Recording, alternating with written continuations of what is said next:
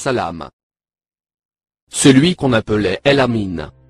Environ 600 ans après le départ du prophète Issa, Jésus, que la paix et la bénédiction d'Allah soient sur lui, et comme Allah le sage, n'avait envoyé aucun autre messager sur terre, les gens étaient plongés dans l'obscurité. Ils avaient oublié Dieu. Ils avaient oublié les bonnes paroles prêchées par les prophètes. Ils fabriquaient des idoles et les adoraient. Ils adoraient aussi les arbres, la mer, le soleil, la lune etc. Ils consommaient des boissons alcoolisées et s'adonnaient aux jeux de hasard. Ils enterraient leurs filles vivantes et brûlaient vives les veuves. Bref, le monde était dans le plus grand égarement et dans la plus grande perdition.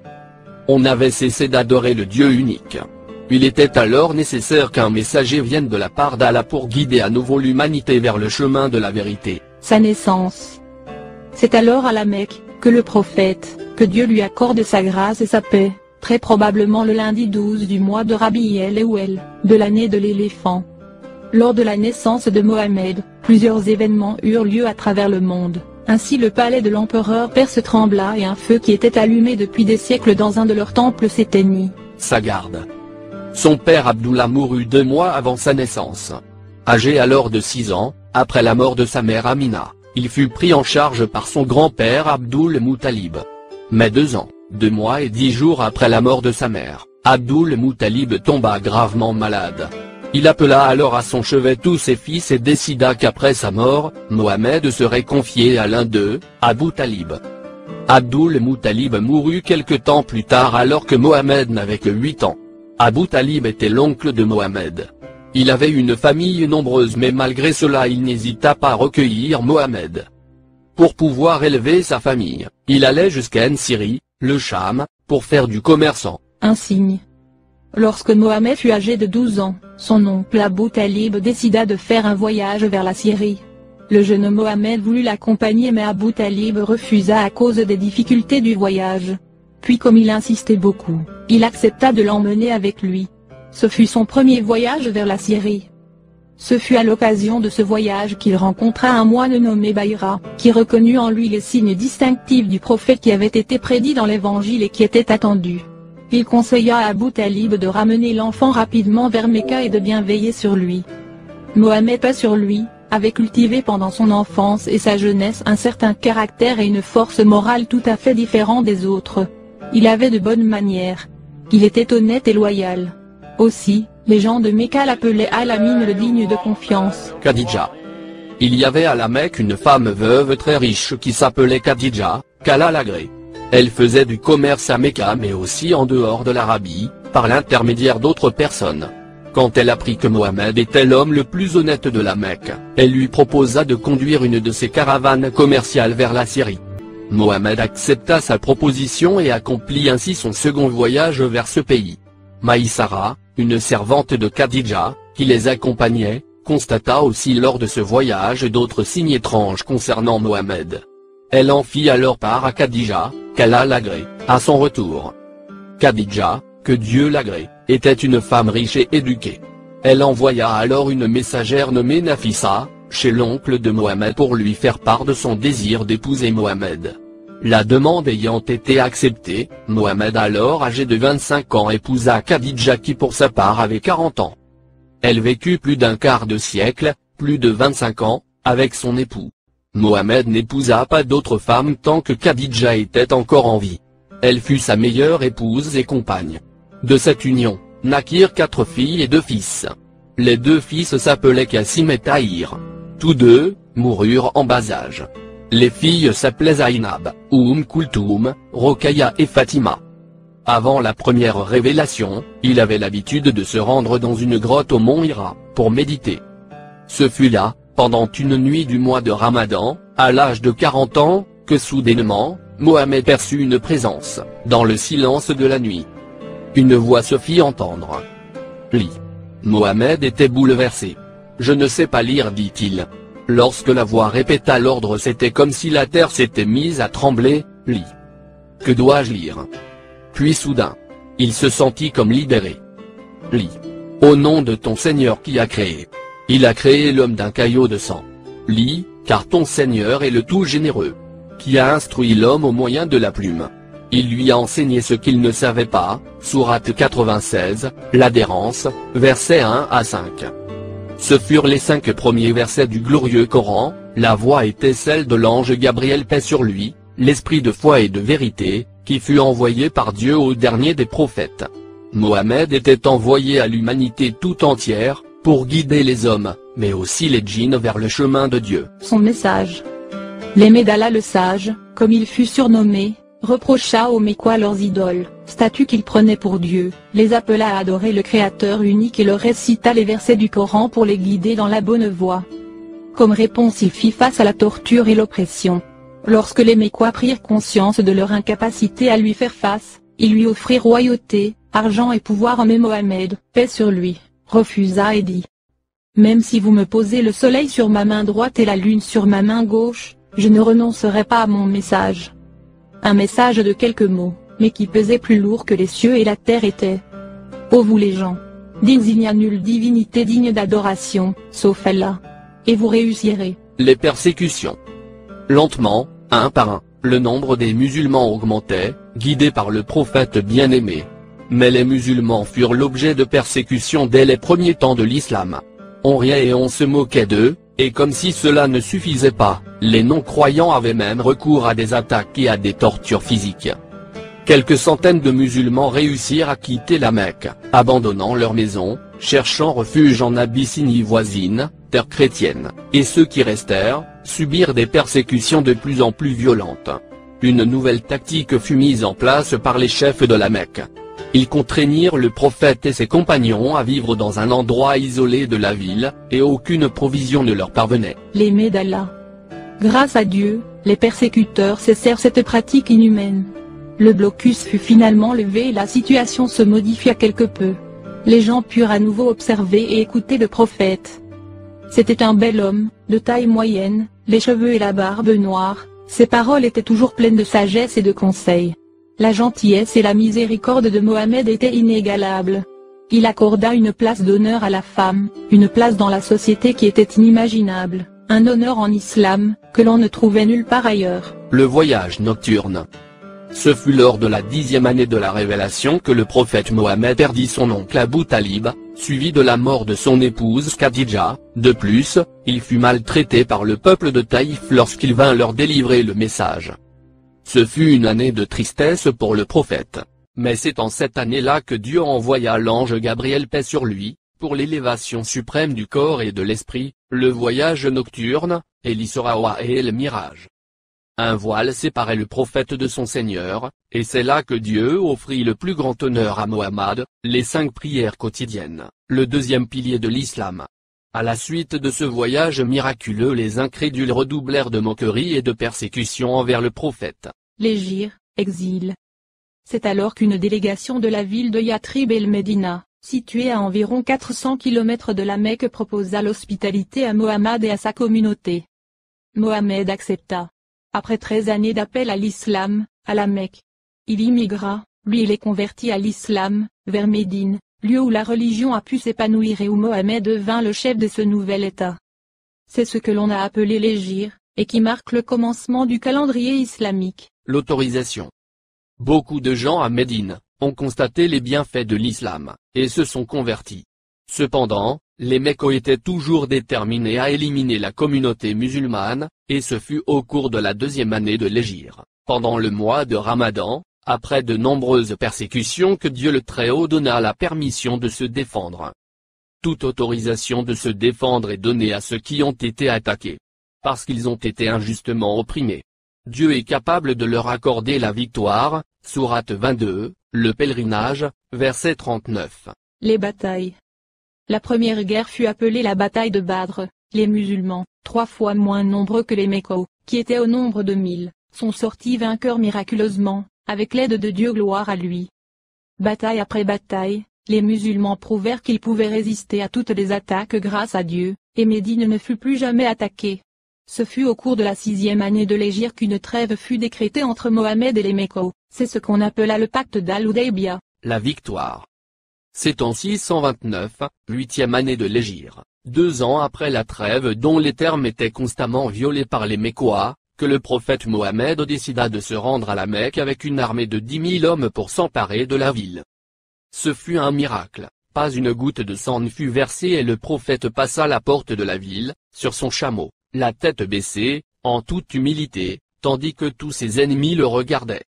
Il pardonna aux plus grands ennemis de l'islam. Face à cette miséricorde, les gens de la Mecque embrassèrent l'islam sans contrainte. Le prophète entra dans l'enceinte de la Kaaba, où se trouvaient les 360 idoles et statues devant lesquelles les Arabes se prosternaient. Une par une, sur l'ordre du prophète, les idoles furent détruites. Le prophète s'installa à Médine qui devint la capitale du nouveau monde musulman. Son heure. Dieu le Très-Haut rappela son prophète à l'âge de 63 ans. Il mourut dans sa maison à Médine, ne laissant derrière lui que quelques biens, le monde à ses pieds, mais sans un dinar à son nom. Alors que personne ne voulut le croire, Abou Bakr, le véridique, dit ceci: à quiconque adorait Mohammed, j'annonce la mort de Mohammed. Mais à celui qui adore Allah, le Seigneur est vivant et ne meurt jamais. L'esprit de son message demeure aussi clair et vivant que lorsqu'il fut révélé. Ô Seigneur, accorde tes bénédictions à Mohammed et à sa famille. Tu es certes digne de louange et de glorification.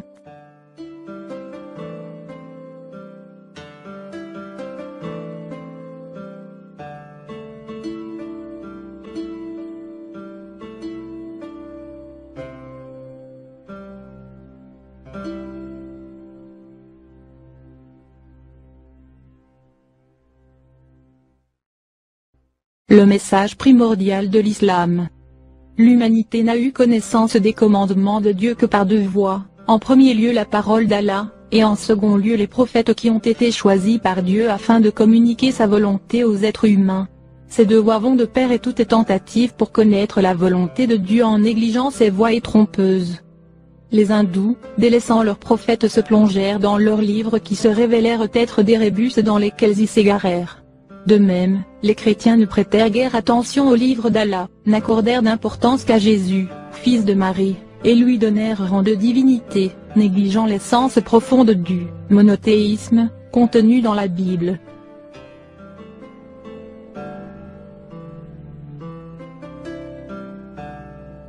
Le Coran et les Saintes Écritures. L'étude des principales écritures révélées avant le Coran, notamment l'Ancien Testament et les Évangiles, a fait savoir qu'elles n'ont été constituées sous forme de livres que bien après la mort des prophètes. Les disciples de Moïse et de Jésus ne firent guère d'efforts pour préserver ces révélations du vivant de leurs prophètes. Elles ne furent écrites que longtemps après la disparition de ceux auxquels elles avaient été révélées. C'est ainsi que la Bible, telle que nous la connaissons à l'heure actuelle, l'Ancien et le Nouveau Testament, est composée de traductions de récits individuels concernant les révélations originelles, et contient les ajouts et suppressions faits par les disciples des prophètes en question. Il a même été démontré que pour la plupart, ces livres ont été rédigés par des disciples n'ayant pas pu connaître les prophètes de leur vivant. Au contraire, le dernier livre révélé, le Coran, diffère par sa nature car il contient les révélations divines telles qu'elles furent directement faites aux prophètes, et le texte subsiste donc dans sa forme originelle. En effet, les compagnons du prophète Mohammed, paix et bénédiction sur lui, mémorisèrent par cœur dès le début de l'islam les versets de Dieu, et constituèrent de leur propre initiative des notes sur des feuilles de palmier, des morceaux de parchemin, des os, etc. La préservation du Coran à travers le temps. Par la suite, de nombreux compagnons du prophète mémorisèrent l'ensemble des sourates, le prophète lui-même le récitait à l'ange Gabriel une fois par an, et 2 fois alors qu'il était sur le point de mourir. Plus tard, le premier calife, et compagnon du prophète de la première heure, Abou Bakr, chargea Zaïd ibn Thabit, le scribe du prophète, de rassembler ces sourates en un volume, qui ne quitta pas Abou Bakr jusqu'à sa mort. Il s'agit du Coran tel que nous le connaissons. Il passa alors aux mains du second calife Omar, puis à celles de l'épouse du prophète, Hafsa. Le troisième calife, Othman, fit réaliser plusieurs copies de ce volume original et les envoya dans les différents territoires musulmans. Le Coran fut méticuleusement préservé car il devait être le livre des commandements qui allait guider l'humanité pour l'éternité. C'est pour cette raison qu'il ne s'adresse pas seulement aux Arabes bien qu'il fût révélé dans leur langue. Le Coran, transmetteur du message de l'islam. Le Coran s'adresse à l'homme en tant qu'être humain. ô homme, qui t'a détourné de ton Seigneur. L'application des préceptes coraniques est montrée par l'exemple de Mohammed, que la paix et la bénédiction soient avec lui, et des bons musulmans à travers les âges. L'approche du Coran se caractérise par les instructions données qui ont pour objectif le bien-être de l'homme et s'appuie sur les moyens qui sont à sa portée. La sagesse coranique est décisive en toutes choses. Elle ne condamne ni ne martyrise la chair, mais elle ne néglige pas l'âme. Elle ne donne pas forme humaine à Dieu et elle ne défie pas l'homme. Chaque chose a sa place dans la création. Le prophète Mohammed et le message coranique. Pour tout dire, les érudits qui prétendent que Mohammed, que la paix et la bénédiction soient avec lui, et l'auteur du Coran, soutiennent quelque chose d'humainement impossible. Un individu quelconque du VIe siècle de l'ère chrétienne aurait-il pu émettre des vérités scientifiques telles que celles que contient le Coran ? Aurait-il pu décrire l'évolution de l'embryon dans l'utérus avec autant de précision que dans la science moderne ? D'autre part, peut-on logiquement penser que Mohammed, que la paix et la bénédiction soient avec lui, qui, jusqu'à l'âge de 40 ans, n'était connu que pour son honnêteté et son intégrité, aurait composé un livre dont la qualité littéraire reste inégalée, et dont l'équivalent n'a jamais été produit par aucun de ceux qui forment la cohorte des plus grands poètes et orateurs arabes ? Enfin, il est justifié de dire que Mohammed, que la paix et la bénédiction soient avec lui, surnommé Al-Amin, celui qui est digne de confiance, par ses contemporains, dont même les érudits non musulmans continuent d'admirer l'honnêteté et l'intégrité, aurait apporté de fausses assertions et entraîné à sa suite des milliers d'hommes de caractère, honnêtes et intègres, capables d'établir une meilleure société humaine sur Terre, avec des mensonges ? En vérité, tous ceux qui cherchent la vérité avec sincérité et impartialité trouveront que le Coran n'a pu être révélé que par Dieu, savant de toutes choses. Leur opinion sur le Coran. Sans toutefois être entièrement en accord avec tout ce qu'ils disent, nous citons ici les opinions de quelques érudits non musulmans sur le Coran. Le lecteur pourra constater que le monde moderne s'approche de plus en plus de la vérité en ce qui concerne le Coran. Nous appelons tous les érudits sans préjugés à étudier le Coran à la lumière de ce qui a été dit ici. Nous sommes convaincus que le lecteur ne pourra qu'être persuadé que le Coran n'aurait jamais pu être écrit par un être humain. Les caricatures l'ont montré comme un terroriste. Les sages l'ont désigné comme un grand homme. Plus d'1,5 milliard attestent que c'est le dernier messager d'Allah le sage. Les imams danois accusés d'avoir envenimé l'affaire en 2005 ont été relaxés. Le journal Le Monde en 2007 écrit, si l'affaire en elle-même ne connaît plus de rebondissement, et que le Danemark tente de redorer son blason, à travers différentes initiatives commerciales, ou diplomatiques, l'islam est désormais très largement discuté au Danemark. Comme le montre l'engouement pour une nouvelle traduction en danois du Saint-Coran paru en 2006, devenu à la surprise générale, l'un des cadeaux de Noël, les plus à la mode. Voici quelques citations concernant le messager d'Allah, Mohammed, que la paix et la bénédiction soient avec lui. L'Encyclopédia Britannica confirme dans le volume 12. Une masse de détails, dans les premières sources prouvent qu'il était un homme honnête et juste, qui avait gagné le respect et la fidélité d'autres hommes honnêtes et justes comme lui. Georges Bernard Shaw, prix Nobel de la littérature en 1925, dit dans le volume 1, numéro 8, l'islam véritable. J'ai toujours eu une haute estime pour la religion de Mohammed, à cause de sa merveilleuse vitalité. C'est la seule religion qui me semble posséder cette capacité d'assimilation aux différentes étapes de l'existence. J'ai étudié cet homme merveilleux qui, à mon avis, est loin d'être un antéchrist, et qui devrait être appelé le sauveur de l'humanité. J'estime que si un homme comme lui devait exercer une hégémonie sur le monde moderne, il réussirait à résoudre ses problèmes de façon à lui apporter le bonheur et la paix. En parlant de la foi de Mohammed, j'ai prédit que cette dernière serait acceptée par l'Europe de demain comme elle est déjà acceptable par l'Europe d'aujourd'hui. Ce dont le monde a le plus besoin est un homme qui a l'esprit de Mohammed.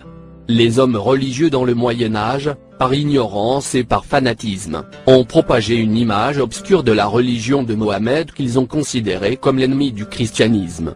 Mais après avoir eu connaissance de l'histoire de cet homme, j'ai trouvé que c'est un prodige exceptionnel et j'ai conclu qu'il n'est pas l'ennemi du christianisme mais le sauveur de l'humanité. Selon mon opinion, S'il avait à se charger des affaires de ce monde actuel, il résoudrait tous nos problèmes et assurerait la paix et le bonheur que le monde entier espère. Huston Smith dans les religions du monde HarperCollins, 1991, page 256 dit.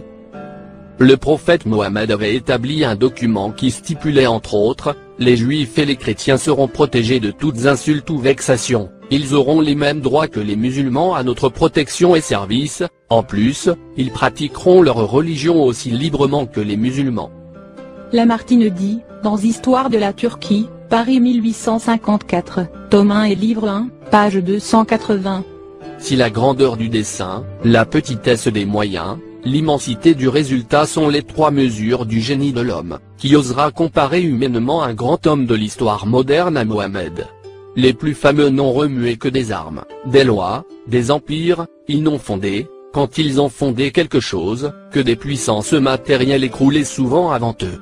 Celui-là a remué des armées, des législations, des empires, des peuples, des dynasties, des millions d'hommes sur un tiers du globe habité, mais il a remué de plus, des autels, des dieux, des religions, des idées, des croyances, des âmes. Sa longanimité dans la victoire, son ambition toute d'idées, nullement d'empire, sa prière sans fin, sa conversation mystique avec Dieu, sa mort et son triomphe, après le tombeau attestent plus qu'une imposture, une conviction. Ce fut cette conviction qui lui donna la puissance de restaurer un dogme. Ce dogme était double, l'unicité de Dieu, et l'autre disant ce qu'il n'est pas, l'un renversant avec le sabre des dieux mensongers, l'autre inaugurant avec la parole une idée. Philosophe, orateur, apôtre, législateur, guerrier, conquérant d'idées, restaurateur de dogmes rationnels, d'un culte sans image, fondateur de 20 empires terrestres et d'un empire spirituel, voilà Mohammed. À toutes les échelles où l'on mesure la grandeur humaine, quel homme fut plus grand? Edward Gibbon et Simon Oakley disent dans L'histoire de l'Empire sarrasin, Londres, 1870. Ce n'est pas la propagation mais la permanence de sa religion qui mérite notre émerveillement, la même impression, pure et parfaite, qu'il laissa à la Mecque et à Médine, se retrouve, après 12 siècles écoulés, chez les Indiens, les Africains et les Turcs, prosélytes du Coran. Les musulmans ont su résister, uniformément, à la tentation de réduire l'objet de leur foi et de leur dévotion au niveau des sens et de l'imagination de l'homme. Je crois en un seul Dieu et en Mohammed son prophète, ceci enferme la profession de foi de l'islam, de façon simple et invariable. L'image intellectuelle de la divinité ne s'est jamais vue dégradée par une idole quelle qu'elle soit, les hommages rendus au prophète n'ont jamais franchi la mesure de la vertu humaine, et ses préceptes vivants ont restreint la gratitude de ses disciples dans les limites de la raison et de la religion. Bosworth Smith dit dans Mohammed et Mohammedisme, Londres, 1874, page 92. Il était César, et le pape réuni en un seul être, mais il était le pape sans avoir les prétentions du pape, et César sans avoir les légions de César, sans armée, sans garde du corps, sans palais, et sans revenu fixe. S'il y a un homme qui a le droit de dire qu'il règne par la volonté divine, ce serait Mohammed, puisqu'il a tout le pouvoir sans en avoir les instruments ni les supports. Annie Besant dit dans La vie et les enseignements de Mohammed, Madras, 1932, page 4. Il est impossible pour quelqu'un qui étudie la vie et le caractère du grand prophète d'Arabie, pour quelqu'un qui sait comment il enseignait et de quelle façon il vivait, d'avoir d'autres sentiments que le respect pour ce prophète prodigieux. L'un des grands messagers de l'être suprême. Même si ces discours contiennent bien des choses qui sont familières à beaucoup d'entre vous, chaque fois que moi-même je les relis, je sens monter en moi une nouvelle vague d'admiration, un nouveau sentiment de révérence pour ce prodigieux grand maître arabe. Montgomery dit dans Mohammed à la Mecque. Oxford, 1953, page 52. La façon dont il accepta les persécutions dues à sa foi, la haute moralité des hommes qui vécurent à ses côtés et qui le prirent pour guide, la grandeur de son œuvre ultime, tout cela ne fait que démontrer son intégrité fondamentale. La supposition selon laquelle Mohammed serait un imposteur soulève plus de problèmes qu'elle n'en résout. Et pourtant, aucune des grandes figures de l'histoire n'est si peu appréciée en Occident que le prophète Mohammed. Michael Hart écrit dans son livre, Les 100 Classement des personnes les plus influentes dans l'histoire. 1978, page 33. Certains lecteurs seront peut-être surpris de me voir placer Mohamed en tête des personnalités ayant exercé le plus d'influence dans le monde, et d'autres contesteront probablement mon choix.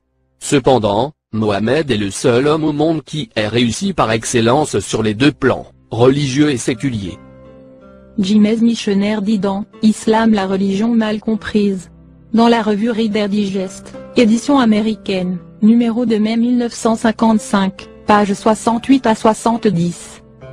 Homme d'affaires prospère dès l'âge de 20 ans, il devait bientôt devenir directeur des caravanes de chameaux d'une veuve fortunée. Celle-ci, reconnaissant ses mérites, lui proposa le mariage. Bien qu'elle fût de 15 ans son aînée, il l'épousa et fut un époux dévoué jusqu'à sa mort. De même que la plupart des grands prophètes qui le précédèrent, Mohamed chercha à éviter l'honneur de transmettre la parole divine, se considérant comme indigne d'accomplir cette tâche. Mais l'ange lui ordonna. Lis. De ce que nous connaissons de sa vie, nous savons que Mohamed ne savait ni lire ni écrire, mais il commença à dicter des mots qui lui étaient inspirés, et qui allaient bientôt transformer une grande partie du globe par le verset « Il n'y a qu'un seul Dieu ». Sur tous les plans, Mohamed était un esprit éminemment pratique. Lorsque son fils bien-aimé, Ibrahim, mourut, il y eut une éclipse, et des rumeurs, disant que Dieu lui avait exprimé personnellement ses condoléances, s'étendit rapidement. Or, on dit que Mohamed lui-même affirma qu'une éclipse étant un phénomène naturel, il est insensé d'attribuer ce genre de phénomène à la naissance ou à la mort d'un être humain.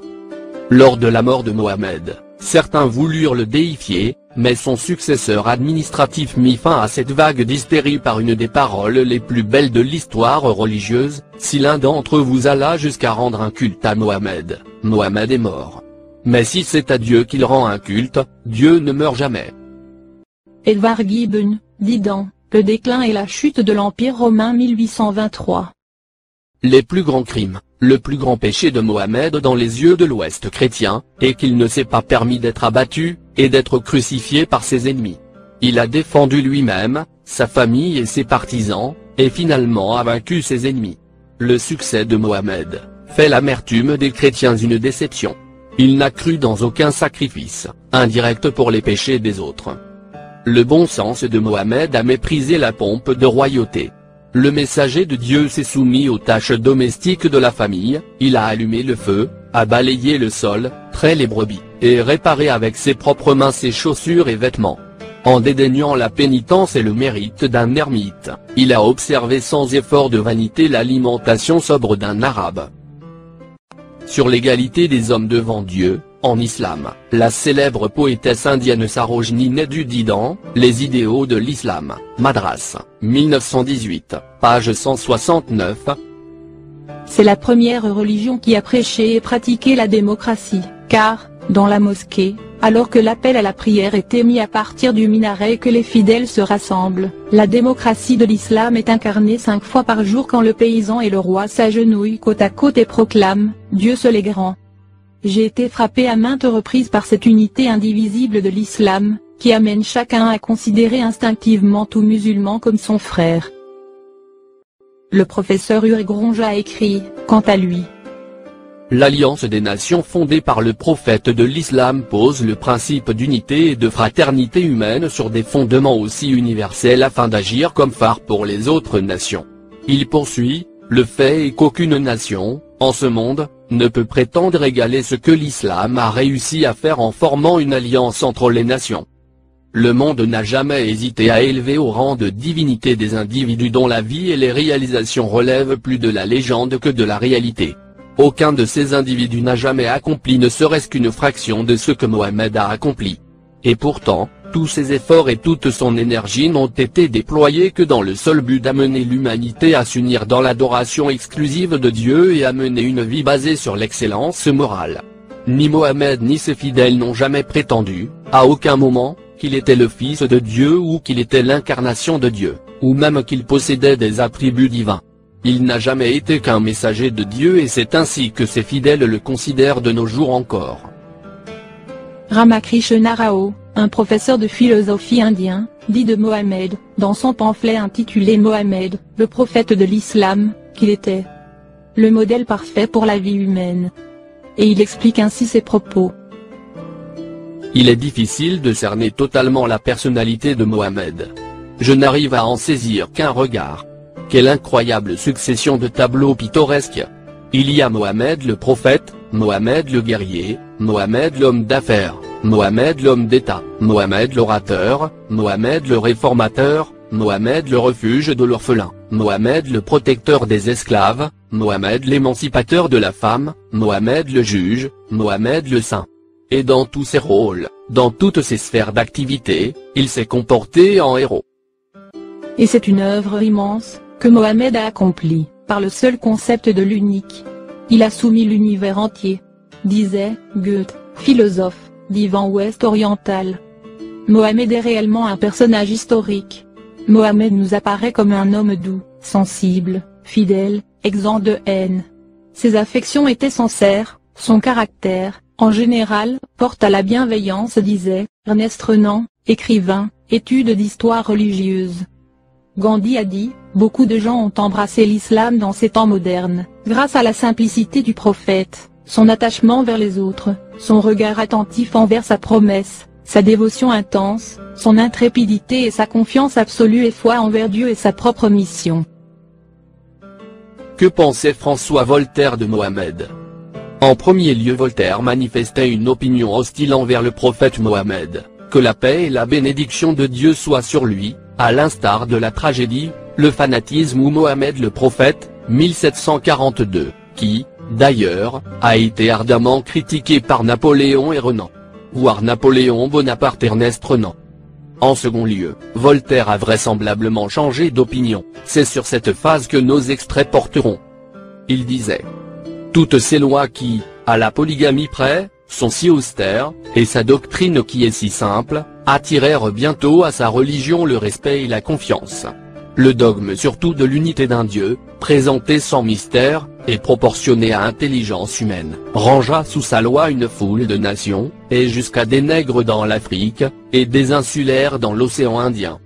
Chez Tretel et Hurtz, 1835, tome 1er, chapitre 7, le Coran, et la loi musulmane, pages 103 à 104.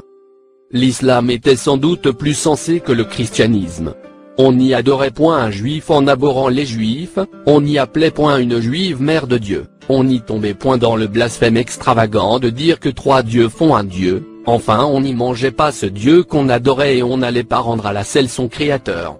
Croire un seul Dieu tout-puissant était le seul dogme, et si on n'y avait pas ajouté que Mohammed est son prophète, c'eût été une religion aussi pure, aussi belle que celle des lettrés chinois. C'était le simple théisme, la religion naturelle, et par conséquent la seule véritable. Œuvre de Voltaire, tome 43, Mélange, tome 7, 1831, chapitre 35, Des sectes et des malheurs des chrétiens jusqu'à l'établissement de l'islam, pages 192 et 193. Ernest Renan disait: en somme, Mohammed nous apparaît comme un homme doux, sensible, fidèle, exempt de haine.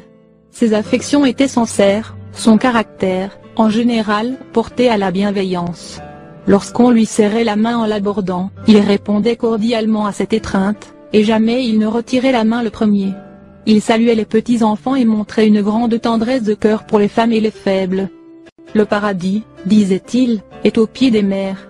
Ni les pensées d'ambition, ni l'exaltation religieuse n'avaient desséché en lui le germe des sentiments individuels.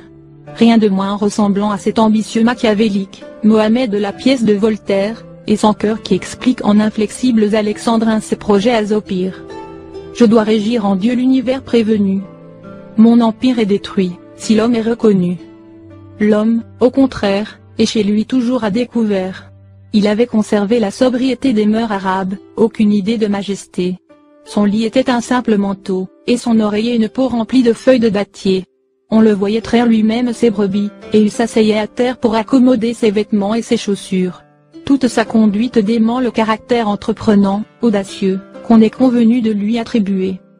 1863, chapitre, Mohammed et les origines de l'islam, pages 248 et 249. Victor Hugo, récitait Mohammed. Il disait, il semblait avoir vu l'Éden, l'âge d'amour, les temps antérieurs, l'ère immémoriale. Il avait le front haut, la joue impériale, le sourcil chauve, l'œil profond et diligent, le cou pareil au col d'une amphore d'argent, l'air d'un Noé qui sait le secret du déluge. Si des hommes venaient le consulter, ce juge laissant l'un affirmer, l'autre rire et nier, écoutait en silence et parlait le dernier. Sa bouche était toujours en train d'une prière, il mangeait peu, serrant sur son ventre une pierre, il s'occupait lui-même à traire ses brebis, il s'asseyait à terre et cousait ses habits. Il jeûnait plus longtemps qu'autrui les jours de jeûne, quoiqu'il perdît sa force et qu'il ne fût plus jeune. 1859, première série, Histoire, les petites épopées, tome 1er, chapitre 3, l'Islam, partie 1, l'an 9 de l'Hégire, pages 59 à 65. Napoléon disait. Mohammed a été l'objet de sa plus vive critique dans le caractère et dans les moyens. Voltaire, disait l'empereur, avait ici manqué à l'histoire et au cœur humain. Il prostituait le grand caractère de Mohammed par les intrigues les plus basses. Il faisait agir un grand homme qui avait changé la face du monde, comme le plus vil scélérat, digne au plus du gibet.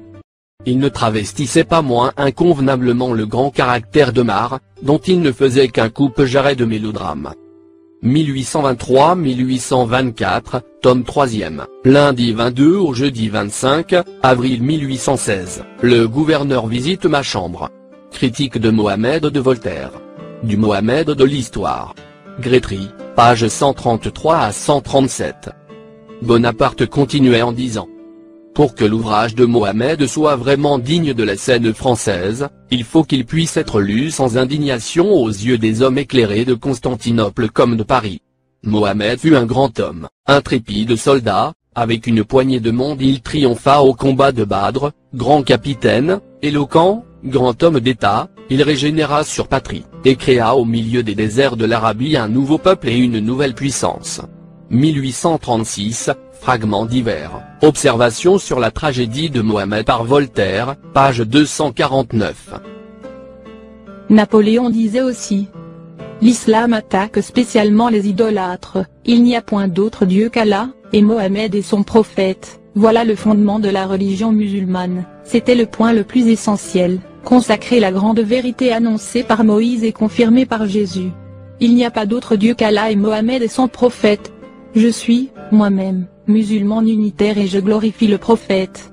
J'espère que le moment ne tardera pas où je pourrai réunir tous les hommes sages et instruits du pays, et établir un régime uniforme, fondé sur les principes du Coran, qui sont les seuls vrais qui peuvent seuls, faire le bonheur des hommes. Extrait de correspondance de Napoléon 1er tome 5 pièce numéro 4287, du 17 juillet 1799.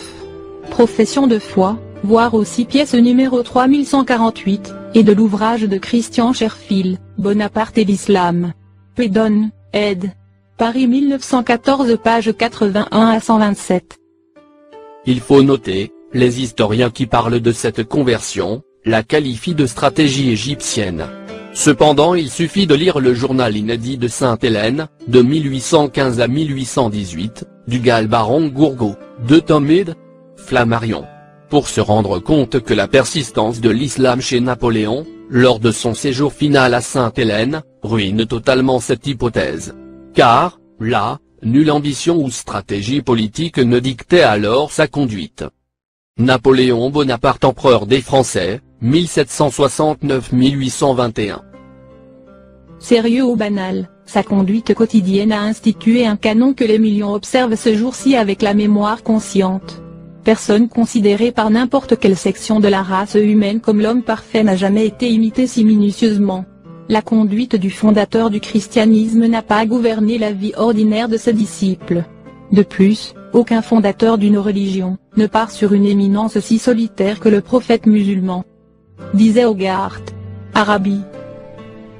Il était sobre dans son alimentation et un observateur rigoureux de jeûne. Il n'a cédé à aucune magnificence de vêtements, l'ostentation d'un esprit insignifiant. Dans ses relations privées il était juste. Il a traité des amis et des étrangers, les riches et des pauvres, le puissant et le faible, avec équité et était le bien-aimé par les gens communs pour l'affabilité avec laquelle il les a reçus et a écouté leurs plaintes. Disait Irving Washington, dans « Mohammed et ses successeurs ». Ses triomphes militaires n'ont réveillé aucune fierté, ni gloire. Dans le temps de son plus grand pouvoir, il a maintenu la même simplicité de manière et apparence comme dans les jours de son adversité. Donc loin d'affecter l'état royal, il aurait été mécontenté si, en entrant dans une pièce, une recommandation exceptionnelle de respect lui avait été montrée. Continuait Irving Washington, dans La vie de Mohammed, New York, 1920. Je voulais mieux connaître la vie de celui qui aujourd'hui détient indiscutablement les cœurs de millions d'êtres humains. Je suis désormais plus que jamais convaincu que ce n'était pas l'épée qui créait une place pour l'islam dans le cœur de ceux qui cherchaient une direction à leur vie. C'était cette grande humilité, cet altruisme du prophète, l'égard scrupuleux envers ses engagements, sa dévotion intense à ses amis et adeptes, son intrépidité, son courage, sa confiance absolue en Dieu et en sa propre mission. Ces faits-là, et non l'épée, lui amenèrent tant de succès, et lui permirent de surmonter les problèmes. Quand j'ai fermé le 2e volume, de la biographie du prophète, j'étais désolé qu'il n'y ait pas plus pour moi pour lire de cette grande vie. Écrivait, Mohandas Karamchand. Mahatma Gandhi. Apôtre national et religieux de l'Inde. Adepte de la non-violence, 1869-1948, extrait du journal Young India, cité dans La Lumière, Lahore, 16 septembre 1924. Les paroles de Mohammed ne sont pas seulement un trésor de sagesse pour les musulmans, mais pour toute l'humanité. Préface au proverbe de Mohammed. Écrivait Sohrawardi. La culture musulmane, dans sa forme traditionnelle, a réussi à préserver une conception spirituelle globale et complète du monde actuel, chose que nous et nos récentes générations n'avons pas cru utile de faire, en Occident. Il y a une opportunité potentielle à établir de nouveaux et précieux liens entre la civilisation musulmane et l'Occident. Peut-être devrions-nous commencer déjà par recruter plus d'enseignants musulmans dans les établissements d'enseignement britanniques. Disait le prince de Galles, Charles d'Angleterre, héritier de la couronne d'Angleterre dans Le Télégraphe hebdomadaire, numéro 282 du 18 décembre 1996. J'ai eu beaucoup de grands moments dans ma vie. Mais les sensations que j'ai éprouvées tandis que j'étais sur le mont Arafat, le jour du Hajj, pèlerinage musulman, étaient les plus forts de ma vie. Je me suis senti exalté par l'atmosphère spirituelle indescriptible qui y régnait, lorsqu'1,5 million de pèlerins invoquaient Dieu pour le pardon de leurs péchés et pour leur accorder sa grâce et ses bénédictions. C'était une expérience poignante que de voir des gens appartenant à des couleurs, races et nationalités différentes, royaumes d'État et hommes ordinaires de pays très pauvres, tous enveloppés de 2 draps blancs simples, le même pour tous, priant Dieu. Priant Dieu sans aucun complexe de supériorité ou d'infériorité entre eux. C'était une des manifestations pratiques et concrètes du concept d'égalité de l'homme en islam. Disait Cassius Clay, Mohamed Ali, dans un interview du quotidien Al-Madina, Jeddah, 15 juillet 1989. Boxeur américain. 3 fois champion du monde de boxe, catégorie poids lourd. Converti à l'islam en 1965. Il serait injuste de juger l'islam à la lumière du comportement de certains mauvais musulmans, qui eux, seront toujours montrés sur les médias.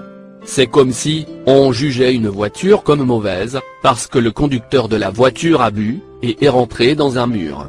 L'islam guide tout être humain dans tous les aspects de la vie quotidienne, dans ses dimensions physiques, mentales et spirituelles. Mais nous devons rechercher les sources de ces instructions, le Coran et l'exemple du prophète. Alors nous pouvons voir l'islam idéal. Disait Kate Stevens, Youssouf Islam, chanteur pop britannique mondialement célèbre. Converti à l'islam en 1973. Dirige maintenant un centre musulman d'entraide à Londres. Le succès phénoménal de l'islam est dû au caractère exceptionnel de sa spiritualité et de son programme social et politique. L'expansion de l'islam est l'une des plus grandes révolutions de l'histoire. Disait Edward Gibbon, célèbre historien britannique, 1737-1794, dans Histoire du déclin et de la chute de l'Empire romain. Réédition chez Lafon, 1983.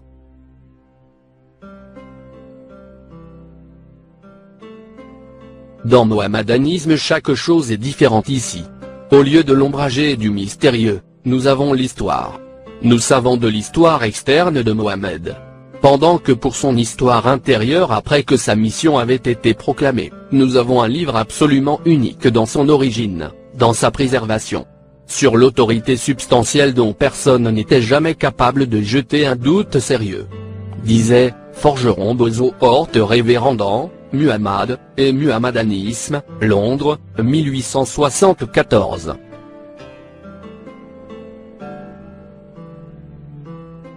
Mohammed était un exemple brillant à ses gens. Son caractère était pur et sans tache. Sa maison, ses vêtements, ses aliments, ils ont été caractérisés par une simplicité rare. Il était sans prétention, qu'il ne recevrait de ses compagnons, aucune marque spéciale de révérence, vénération, ni il accepterait tout service de son domestique qu'il pourrait faire lui-même. Il était accessible à tous et à tout moment. Il a visité le malade et a été plein de sympathie pour tous. Illimité, était sa bienveillance et générosité, comme était aussi son soin pour le bien-être de la communauté. Disait le docteur Gustave Hoy, dans Histoire du peuple islamique.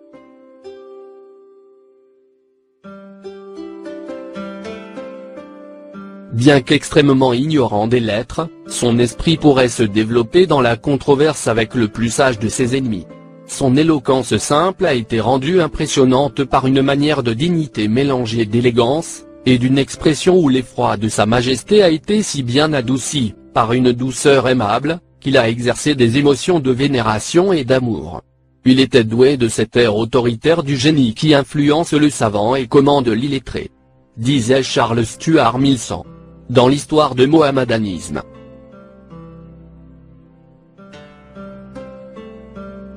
Nous les Européens avec tous nos concepts, nous n'avons pas pu encore atteindre ce que Mohammed a atteint et nul ne pourra le dépasser. J'ai cherché dans l'histoire de l'humanité un homme qui en soit l'exemple idéal, et je l'ai trouvé en la personne du prophète Mohammed. Et ainsi doit se révéler la vérité et s'élever comme a réussi Mohammed à assujettir le monde entier par le monothéisme. Disait Johann Wolfgang von Goethe, né le 28 août 1749 à Francfort et mort le 22 mars 1832 à Weimar à 82 ans, est un romancier, dramaturge, poète, théoricien de l'art, et homme d'État allemand.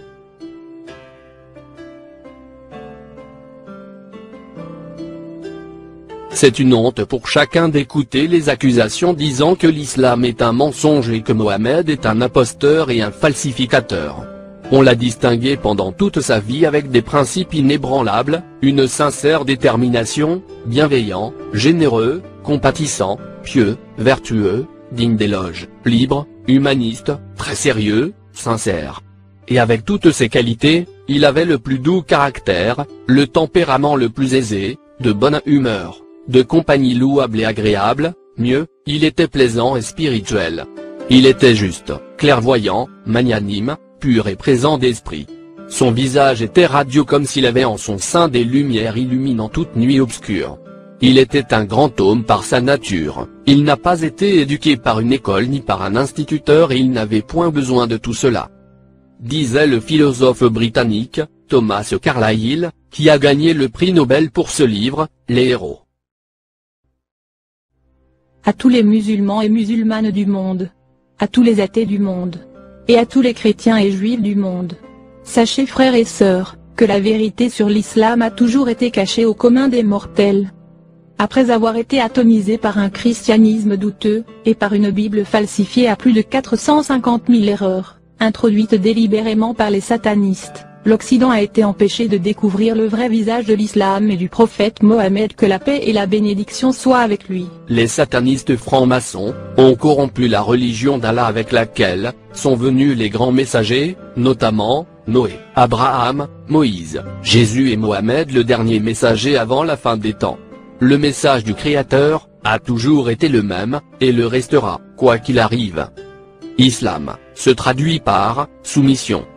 Musulman ou musulman se traduit par soumis à Allah, le sage, bien entendu. Salat sur se traduit par bénédiction. Salat pour se traduit par prière. Depuis Adam, paix sur lui, tous les prophètes et messagers sont musulmans sans exception. Tous les messagers d'Allah le sage, Allah l'omniscient, le tout miséricordieux, n'a qu'une seule et unique religion. Et c'est l'islam. Il ne peut exister qu'une seule loi. Allah le sage, ne peut se contredire en nous donnant des lois qui se contredisent et différentes religions. Il faut comprendre donc, le fait que l'islam est la seule et véridique religion d'Allah. Satan usera de toutes les ruses pour tromper les humains pour les envoyer en enfer. N'oublions pas que ce fut la première promesse de Lucifer faite à Allah à l'instant où il fut banni du paradis. Les francs-maçons, en tant qu'adorateurs de Satan, ont créé la théorie de l'évolution, une supercherie soi-disant scientifique, pour noyer l'homme dans l'athéisme. Les francs-maçons satanistes sont aussi à l'origine de la corruption de la Bible. Aussi, chers frères et sœurs du monde, en tant que musulmans, nous avons le devoir de vous informer sur la vérité. C'est tout ce que nous pouvons faire. C'est à vous de réfléchir sagement à ce qui est vrai ou faux. Faites vos recherches, renseignez-vous par vous-même, avec un esprit libre et sensé. Ne vous laissez pas abuser par les propagandes des masses médias. Ces derniers sont sous le contrôle total de la franc-maçonnerie satanique, qui les pousse à diaboliser l'islam. Comprenez bien qu'il s'agit dans votre vie éternelle dans l'au-delà. Ce n'est pas rien. Toute chose aura une fin. Allah, le sage dit, toute âme, goûtera la mort. La fin des temps reste inévitable, il n'y a aucun doute là-dessus. Alors, il serait idiot de mettre en jeu sa vie éternelle. Assalamu alaikum. Assalamu alaikum, et qu'Allah vous bénisse. Merci d'avoir visionné cette vidéo.